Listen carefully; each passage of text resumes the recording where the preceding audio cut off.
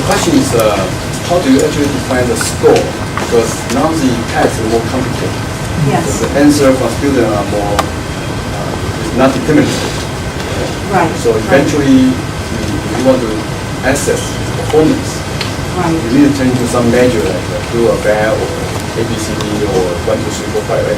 Right. But so in order to actually get that score, almost require a person to read it and really judge it. Yeah, yeah. In order, Excuse me, I can't hear the question very Oh. clearly. Would you please repeat that yes, thank question you. before we answer? Yes, thank you. The question was, how do you define the score on this kind of immersive environment where someone is moving through it? Because you, at some point, need to be able to say, this is good or this is bad. It's not as obvious as when when you have the multiple choice test, there are 25 questions and you can see how many right answers you had. Now it's very, very complicated. For these domains, typically, what happens is you need to start with what's sometimes called an expert model or a student model.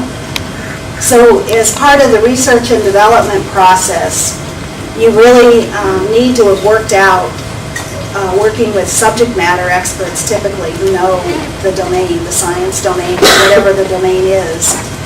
What is in fact the target performance?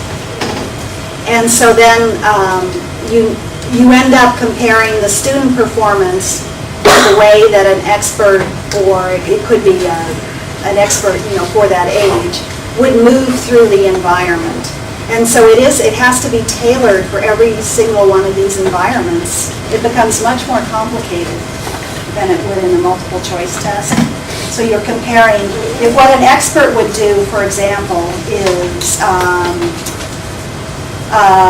would measure water quality above and below every significant building on this river.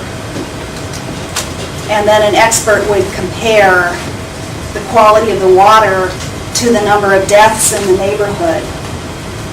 Well, then we can see, those are two different things.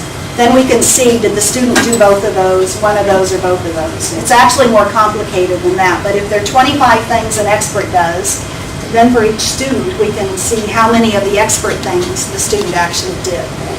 So we're comparing the student's complex behavior to the expert complex behavior. But you can imagine that the mathematics, the statistics behind this are much more complicated than for a multiple choice test. And that's another area where a lot of advances are being made, but there are actually, it's still very labor intensive and there are very few people who know how to do this kind of statistical analysis or have the right kind of system to analyze such a complex performance. Yeah.